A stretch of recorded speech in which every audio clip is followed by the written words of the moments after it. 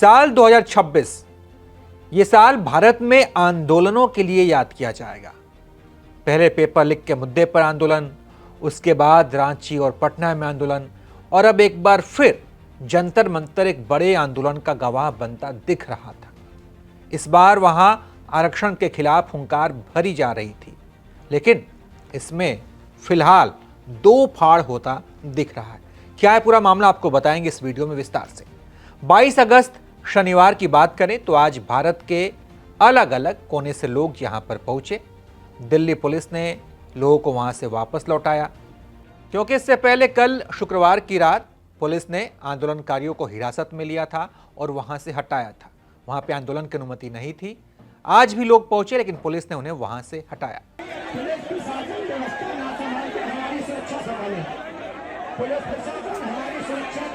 आंदोलनकारी हाथों में बैनर, पोस्टर और भगवा झंडे लेकर पहुंचे और अपनी मांगों के समर्थन में नारे लगाए।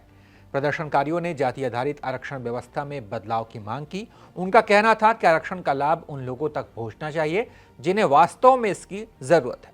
कई लोगों ने आरक्षण का आधार आर्थिक स्थिति के आधार पर बनाने की मांग की कि भाई उसका आधार आर्थिक स्थिति हो, ना कि जाति ना हो। प्रोटेस्ट के दौरान कुछ लोगों ने SC/ST एक्ट का भी विरोध किया और इसे वापस लेने की मांग की। उनका कहना था कि किसी भी कानून का दुरुपयोग किसी व्यक्ति के खिलाफ नहीं होना चाहिए और सरकार को इसके दुरुपयोग को रोकने के लिए जरूरी कदम उठाने चाहिए। दूसरी तरफ यूपी के डिप्टी CM ब्रजेश पाठक से जंतर मंतर पर चले आंदोलन के नेतृत्वकर्ताओं में से कुछ लोगों ने मुलाकात की, जिसमें ब्रजेश पाठक ने कहा कि वो उनकी मांगों को केंद्रीय नेतृत्व के सामने रखेंगे।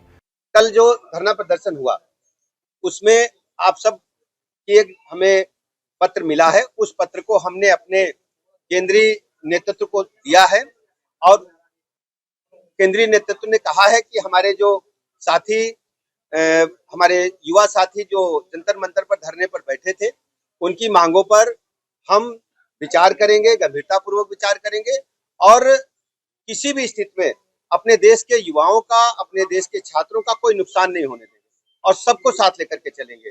तो ये हर्ष दुबे हैं जिन्होंने ब्रजेश पाठक से मुलाकात की है। इसको लेकर भी दो फाड़ हो गए हैं। डिप्टी CM से उनकी मुलाकात का कई लोगों ने विरोध भी किया है। आंदोलन से जुड़े लोगों ने सवाल पूछा है कि जब आंदोलन दिल्ली में हो रहा है तो उसके लिए मुलाकात करने लखनऊ क्यों गए आप?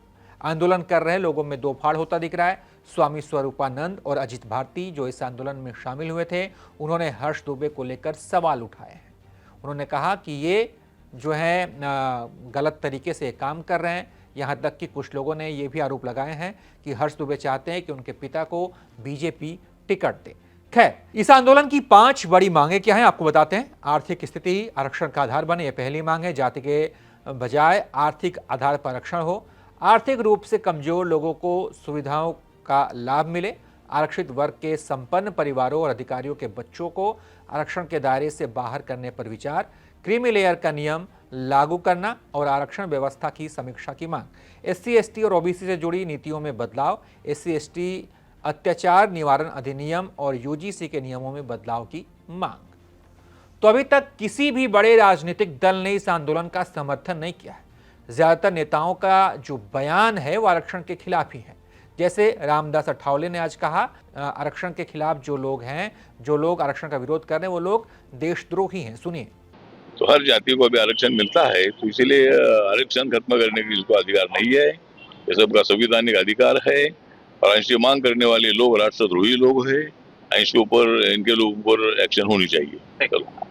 ये मुद्दा इतना बड़ा और इतना व्यापक है कि जिस पर बोलने से कोई भी बड़ा नेता या बड़ी पार्टी कतराती है। आरक्षण पर दिए गए एक बयान से चुनावी जीत और हार तय हो जाते हैं।